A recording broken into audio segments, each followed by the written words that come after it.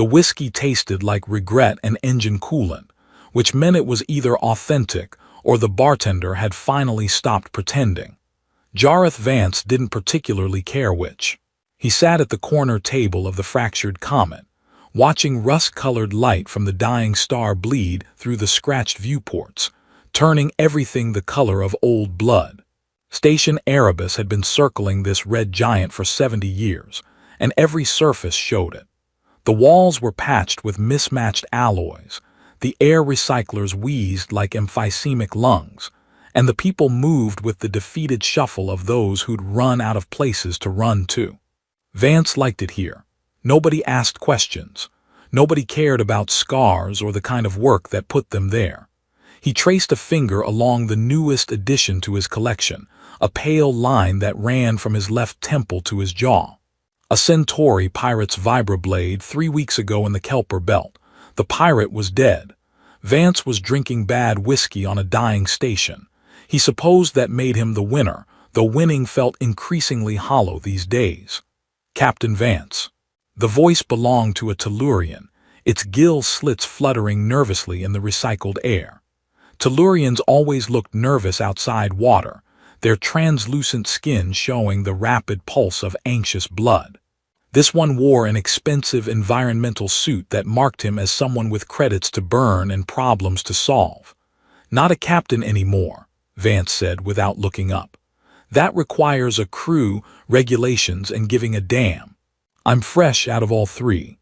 My sources say you're the best independent contractor in this sector. Your sources are liars or idiots, possibly both. Vance finally looked at the Tellurian, noting the expensive data rings on its webbed fingers, the slight bulge of a personal shield generator under the suit. But I'm available, which in this economy makes me the best you're going to get. Sit down before you hyperventilate. Your gill slits are turning purple. The Tellurian sat, placing a hollow projector on the table. With a flick of one finger, a three-dimensional image materialized between them.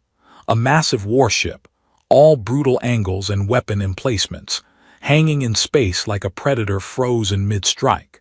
The Asterisk Obsidian Maw Asterisk, the Tellurian said. Krell-class warship, currently in high orbit around this very star. It jumps to hyperspace in 72 hours. And you want me to book passage? I hear they have terrible in-flight entertainment. I want you to retrieve something from their vault. Quantum cores. Experimental military-grade processing units stolen from our research facility on Thalassa Prime.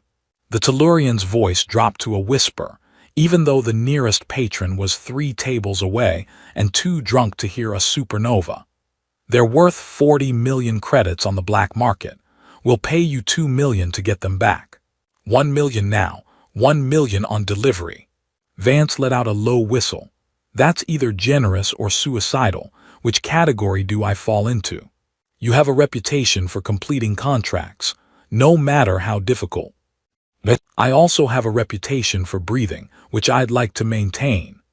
Vance studied the rotating image of the Asterisk Obsidian Maw Asterisk. It was a beast, over 2 kilometers long, bristling with enough firepower to sterilize a small moon. But he could see the weak points too, the way a predator sees vulnerable arteries. The docking bays were old style, meaning their security protocols hadn't been updated since the 3rd expansion. The crew rotation patterns of Krell warships were notoriously rigid, predictable to anyone who knew where to look. 72 hours isn't much time, which is why we're offering so much. The Tellurian pushed a credit chip across the table. Half now, standard contract, standard terms. Vance picked up the chip, feeling its weight. 1 million credits. Enough to repair the Wraith's Gambit Asterisk, maybe upgrade her shields, buy 6 months of not caring about jobs like this. He thought about saying no. He thought about it for almost 3 seconds. I'll need forged credentials, Krell military codes, and a cloaking device. The good kind, not the Flickerfield garbage they sell on the lower decks. But already arranged. There's a supply cache in Docking Bay 7, everything you need. The Tellurian stood, its relief visible in the way its gill slits finally returned to a healthy blue. 72 hours, Captain Vance. After that, the obsidian maw asterisk jumps and your opportunity, and our quantum cores disappear into the outer veil. Vance watched the Tellurian leave, then drained his whiskey in one burning swallow. Through the viewport, the red giant pulsed like a failing heart, its light washing over the asterisk obsidian maw in waves of crimson. The warship looked almost beautiful in that dying light, like a piece of art designed by someone who understood that beauty and violence were often the same thing. He stood, feeling the familiar weight of his plasma pistols against his ribs, the comfortable ache of old injuries waking up.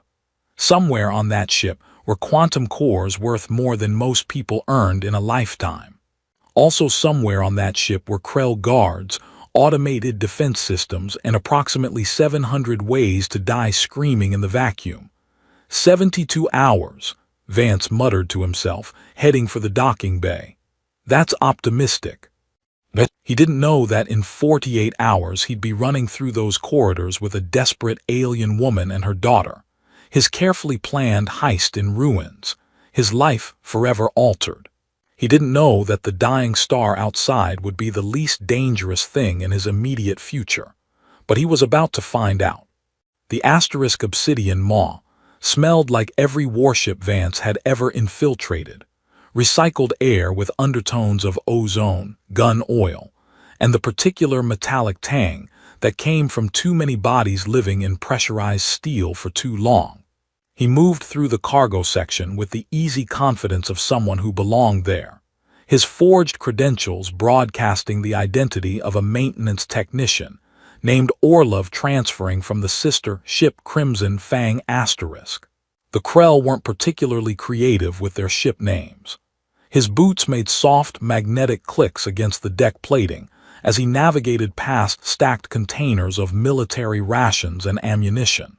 The cloaking device hung against his chest beneath the stolen uniform, its quantum field generators warm against his skin. 3 months' salary for a piece of tech the size of his fist, but it had already earned its keep getting him past the initial security scanners. The Krell were thorough, he'd give them that, but their thoroughness followed patterns. Patterns were predictable. Predictable was exploitable. "Hey, Orlov." A Krell guard waved from an intersection ahead, his gray-skinned face splitting into what passed for a smile among his species. "You're the new hydraulics specialist, right? Thank the void. We've got a pressure coupling on Deck 9 that's been squealing like a Venusian swamp rat for 3 cycles. Vance nodded, keeping his expression professionally annoyed. "They told me about that. I'll get to it after I check the primary systems in engineering. Who designed your maintenance schedule anyway? Everything's overlapping. Tell me about it." Last guy complained so much they transferred him to Border Patrol. Haven't seen him since. The guard laughed, a sound like gravel in a waste disposal.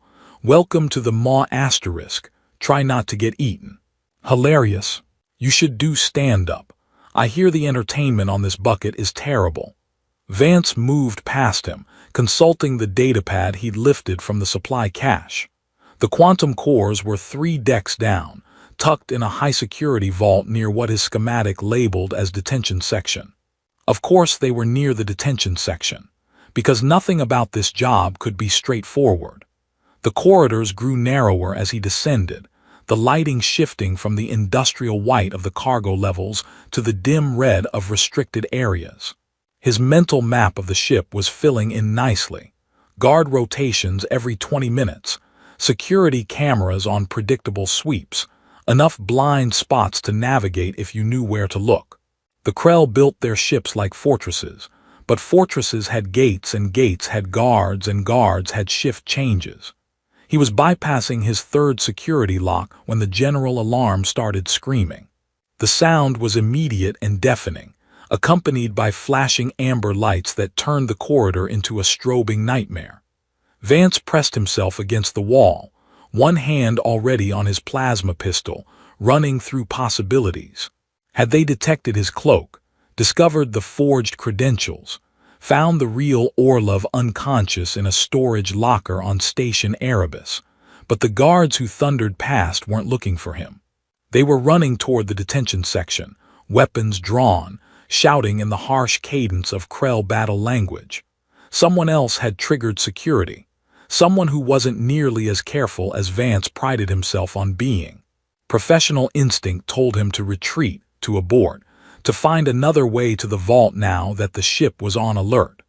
Professional instinct had kept him alive for 15 years. But curiosity was a different kind of survival mechanism, and Vance had always been too curious for his own good. He followed the guards at a careful distance, using the chaos of the alarm to slip through a secondary corridor that ran parallel to the main detention hall. Through an observation port designed for monitoring cell blocks, he could see what had the guards so agitated. A woman was running. That was his first impression, movement and desperation. His second impression came when she turned, searching for an exit that didn't exist, and the red emergency lighting caught her face. She wasn't human. Her skin held the deep blue-green of tropical seas, her hair was almost white blonde despite her obvious youth, and her ears rose in elegant points that marked her as something Vance had never encountered before. She wore civilian clothes, torn and stained, and carried no weapons he could see. She was also completely, spectacularly trapped. 6 Krell guards blocked the corridor ahead, 3 more behind, all of them armored and armed with enough firepower to vaporize her twice over. The smart play, the only play that made tactical sense, was to let this resolve itself and use the distraction to reach the vault. Whatever her story was, it wasn't his problem. He had a job. He had a timeline. He had every reason in the universe to walk away. Then she looked up, and their eyes met through the observation port. It lasted maybe a second, maybe less. But in that moment, Vance saw something that bypassed every logical circuit in his brain and went straight to the part of him he'd spent years trying to kill with alcohol and cynicism. He saw determination. He saw terror. He saw someone who had come here alone against impossible odds for a reason that mattered more than survival. He saw himself, 10 years ago, before the universe had beaten the stupid heroism out of him. "Oh, you've got to be kidding me," Vance muttered to himself. He checked his weapons, 2 plasma pistols, full charge, 1 concussion grenade that he'd been saving for emergencies. This is an emergency. This definitely qualifies as an emergency. The woman was backing against the wall now, hands raised, saying something in a language Vance didn't recognize. The guards were advancing slowly, savoring their victory. One of them had already activated a neural restraint collar. Vance activated his cloaking device, stepped through the service hatch into the main corridor, and made the second worst decision of his entire career. The first worst decision was still incoming. He dropped the concussion grenade at the feet of the rear guard formation, counted to 2, and deactivated his cloak as the explosion sent 3 armored Krell flying into the walls with satisfying metallic crashes. The remaining guards spun toward him, momentarily confused by the appearance of what looked like a maintenance technician holding military-grade weapons. Vance used that moment to put plasma bolts through 2 of their face shields. "You!" he shouted at the woman who was staring at him with an expression somewhere between shock and hope. "When I say run, you run. Don't look back, don't ask questions, and for the love of whatever deity you believe in, stay behind me." She nodded once, sharp and certain. The remaining guards were recovering, raising their weapons. Vance's tactical computer, the organic one that ran on instinct and bad life choices, calculated odds, angles, cover positions. The math was terrible. The math was suicide. He grinned despite himself. Run. The woman could run. Vance would give her that. She moved like water through the corridor, while plasma bolts turned the air into a light show that would have been beautiful if it wasn't trying to kill them. He fired over his shoulder without looking, relying on sound and instinct, his boots pounding against the deck plating in rhythm with the ship's alarm. "Left," he shouted, and she cut left without hesitation into a maintenance passage barely wide enough for one person. Smart, trusting, possibly insane. He liked all 3 qualities in a partner, even an accidental one. The passage was a cramped tunnel of exposed pipes and conduit, lit by intermittent emergency strips that cast everything in shades of amber and shadow. Behind them, the Krell guards were struggling with their bulk armor in the tight space, buying precious seconds. Vance's mind was already 3 moves ahead. They needed distance, they needed cover, and they needed whatever fool reason she'd infiltrated a warship to be worth dying for. "What's your name?" he asked between breaths, holstering one pistol to yank open a junction panel. "Sylvanes," she said, her accent turning the syllables into something musical despite the terror in her voice. "You're human." "Guilty. Hold this." He shoved the panel cover into her hands and started rewiring the maintenance drone command circuit. "You picked a terrible vacation spot, Sylvanes. The accommodations are lousy, and the staff is actively trying to murder you." "I came for my daughter." Vance's hand stopped moving for half a second. Just half a second, but in that pause the entire tactical situation shifted in his head. Not a thief, not a saboteur, a mother. The worst kind of opponent and the most dangerous kind of ally, someone with nothing to lose except everything that mattered. "Well, that's just fantastic," he muttered, finishing the rewiring and slamming the panel shut. The maintenance drones throughout the section would start randomly activating, creating chaos in the security feeds. "Where is she?" "Holding cell 47. They took her 3 days ago on Meridian Colony. I tracked them here." Her voice cracked slightly on the last word, and she steadied it with visible effort. "I got the access codes from a drunk cargo handler. I thought I could just walk in and walk out with a child from a Krell warship. That's adorable. Also insane." Vance started moving again, pulling her along. The corridor branched ahead, and he chose the path that led deeper into the ship rather than toward escape. Professional suicide, but he'd apparently chosen that path the moment he'd thrown the grenade. "No weapon." "I've never fired a weapon. I'm a xenobotanist." "Of course you are, because my day wasn't complicated enough." A plasma bolt scorched the wall beside his head, and he returned fire without breaking stride. "Stay low, stay quiet, and if I tell you to close your eyes, you close them. Some things you can't unsee." They emerged into a wider corridor, and Vance immediately regretted the choice. 4 guards were already setting up a firing position with portable barriers. He dragged Sylvanes behind a support pillar as the air turned into superheated plasma. "I'm going to ask you something, and I need complete honesty," Vance said, checking his remaining charge. 70% on one pistol, 50 on the other. The grenade was gone. His cloaking device was still cooling down from the last use. "Is your daughter human?" "Half her father was human. Was dead, survey mission accident 2 years ago." Her eyes met his, and he saw the grief there, old but not forgotten. "Kira is all I have left." Vance nodded once, making calculations that had nothing to do with tactics and everything to do with the kind of man he'd once been and might still be under all the scar tissue. "Cell 47. That's in the secondary detention block. We're in the primary block, which means we need to cross through the guard station, past the armory, and somehow avoid the 3 dozen soldiers currently looking for us. I know it's impossible. Impossible is a strong word. I prefer statistically unlikely with a high probability of death." He leaned out, fired twice, and was rewarded with a scream of pain as one guard went down. "How old is Kira?" 7. "Great, I love children. They're small, they cry at inconvenient moments, and they make terrible human shields." He caught her expression and added, "That was a joke. Dark humor is a coping mechanism. You'll get used to it or you'll shoot me yourself. Either way, stay close." What happened next was part training, part desperation, and part the kind of stupid luck that made Vance wonder if the universe had a sense of humor. He used his cloaking device in 3-second bursts, appearing behind cover and disappearing before the guards could track him. Sylvanes followed his movements with surprising grace, her fear transforming into something focused and deadly serious.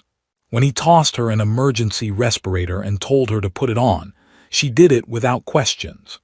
The oxygen purge he triggered in the corridor section dropped 2 guards and sent the others scrambling for breath masks. It bought them 30 seconds to sprint past the guard station, and Vance used 28 of those seconds efficiently, grabbing a key card from an unconscious guard and slapping it against Sylvanis's palm. Level 3 clearance. It'll get you into the detention blocks but not out of them. They were running again, the alarm still screaming, the ship's AI announcing intruder alerts in 3 languages. When we find your daughter, we're going to have maybe 2 minutes to get to the docking bay before every Krell on this ship converges on our position.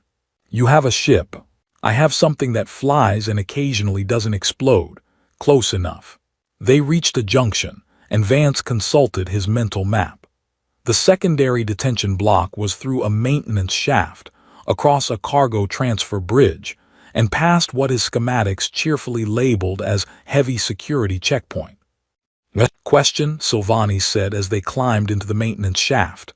Why are you helping me? You don't know me. You don't know Kira. Vance pulled himself up the ladder, his shoulders protesting the effort.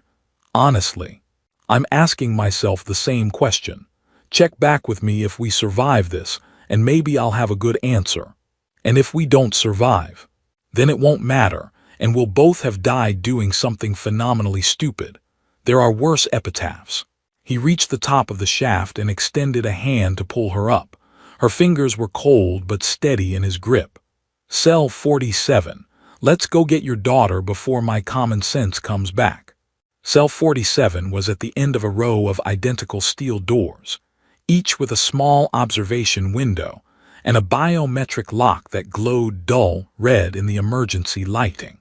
Vance kept watch while Sylvanis pressed her face to the glass, her hands trembling against the cold metal. Kira, she whispered, and the word held every emotion Vance had spent years learning to suppress. He glanced through the window and saw a small figure huddled on the floor, a child with her mother's pointed ears and skin a shade lighter, more lavender than blue. Her eyes were closed, but her chest rose and fell with the steady rhythm of sleep. Lucky kid sleeping through the chaos, or maybe unlucky, depending on how the next 10 minutes went. Step back. Vance overrode the lock with the stolen key card, and the door hissed open with a pneumatic sigh. Sylvanis was inside before he could warn her to wait, dropping to her knees beside her daughter, gathering the child into her arms with a sob that she tried and failed to muffle. Kira's eyes snapped open, brown eyes, human eyes, and she stared at her mother for a moment before bursting into tears. Mama, Mama, I was scared. The gray people with the big teeth. I know, sweetheart, I know, but we're leaving now. Sylvanis looked up at Vance, her face streaked with tears, and he saw gratitude mixed with something fiercer. Thank you, thank you. Thank me when we're off this ship. Right now we need to move. Vance crouched down to Kira's eye level, keeping his voice gentle. Hey there, I'm Vance. I'm going to help you and your mom get out of here, but I need you to be very brave. Can you do that? Kira nodded, wiping her nose on her sleeve. Are you a soldier? Something like that, more of a professional problem solver. Your mom presented a problem and I'm solving it. He held out his hand. Can you climb on my back? We're going to have to move fast, and your mom needs her hands free. The girl climbed onto his shoulders without hesitation, her small fingers gripping his hair. She was lighter than he expected, all angles and childhood fragility. Vance felt something uncomfortable twist in his chest, a protective instinct he'd thought he'd successfully killed years ago. She has tiny boring ears, Kira announced, apparently referring to him. Like the gray people. That's accurate, Vance said, catching Sylvanis's startled laugh despite everything. Humans got the short end of the evolutionary stick when it came to ears. We make up for it with stubbornness and bad decision-making. They moved back into the corridor, but the route Vance had planned was already compromised. He could hear boots on metal, the harsh commands of Krell's soldiers coordinating through the ship's communication system. The maintenance tunnels were the only option, which meant crawling through spaces barely wide enough for an adult human, while carrying a child and protecting a xenobotanist who'd never fired a weapon. The tunnels were worse than the corridors, hot, cramped, filled with exposed conduits that hummed with dangerous current. Kira stayed silent on his shoulders, her breathing steady against his neck. Sylvanis crawled behind them, and Vance found himself absurdly grateful that she didn't complain about the heat or the tight spaces, or the very real possibility that they'd get stuck and die of dehydration before the Krell found them. "Why do humans have tiny ears?" Kira whispered after they'd been crawling for what felt like hours but was probably 10 minutes. "Evolution," Vance said, grateful for the distraction from his screaming shoulders. "Our ancestors didn't need to hear predators from far away because we became the predators. We invented weapons and tools instead of growing bigger ears." "That's lazy." "That's smart. Work smarter, not harder. It's going to be humanity's epitaph." Sylvanis made a sound that might have been a laugh or a sob. "You're very calm for someone actively being hunted." "Panic is just poor time management. I'll panic later, maybe with some of that terrible whiskey from the station." Vance paused at a junction, listening. Voices echoed from somewhere below, guards searching the lower maintenance levels. "We need to go up. There's a cargo transfer bridge that connects to the docking bay section. It's exposed, but it's our best shot." "Exposed how?" "Remember when I said don't ask questions? This is one of those times." They emerged from the tunnel into a vast cargo bay, and Vance immediately regretted every choice that had led to this moment. The transfer bridge was exactly as exposed as he'd feared, a narrow metal walkway suspended over a 3-story drop, completely visible from multiple guard positions. Below, cargo containers were stacked like a child's blocks, and above, the bay's exterior doors showed the red glow of the dying star. "We're going to walk across that." Sylvani stared at the bridge, her face pale. "We're going to run across that. Walking implies we have time." Vance set Kira down and pulled out both plasma pistols. "New plan. I'm going to provide covering fire. You two run. Don't stop, don't look back, don't hesitate." The docking bay entrance is on the far side. My ship is in Bay 7, marked with a red stripe. You can't miss it because it's the only ship that looks like it should have crashed 5 years ago. You're not coming with us. Someone needs to keep the guards busy. He checked his charge levels, 30% on one pistol, 20 on the other. Enough for maybe 2 minutes of sustained fire if he was lucky and conservative with his shots. When you get to the ship, there's an override code on the console. 47 Tango Green.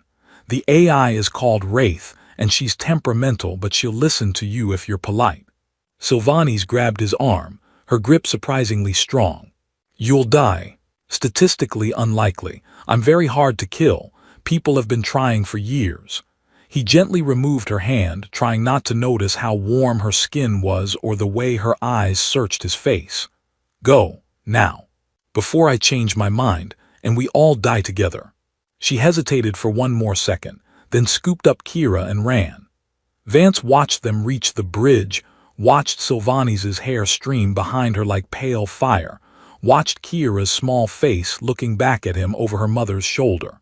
Then he stepped into the open and started shooting. The guards converged from 3 directions, their weapons lighting up the cargo bay with streaks of superheated plasma. Vance moved between containers, using them for cover, making every shot count. His tactical computer was screaming warnings: too many targets, insufficient ammunition, retreat impossible. He ignored it all, focused on buying seconds. Sylvanis and Kira were halfway across the bridge when his right pistol died, 3/4 when his left pistol sputtered to 10%. They reached the far side, disappeared through the docking bay entrance, and Vance felt something loosen in his chest. They'd made it. Against every reasonable odd, they'd actually made it. Now he just needed to do the same, with no ammunition and a dozen guards closing in. "I really need better hobbies," he muttered, and activated his cloaking device one last time. The cloaking device gave him 30 seconds of invisibility and a splitting headache from the quantum field distortion. Vance used 25 of those seconds to sprint across the cargo bay while guards fired at his last known position, their shots turning shipping containers into molten slag. The remaining 5 seconds got him through the docking bay entrance before the device overheated with a smell like burning copper and disappointed electronics. Base 7 was chaos.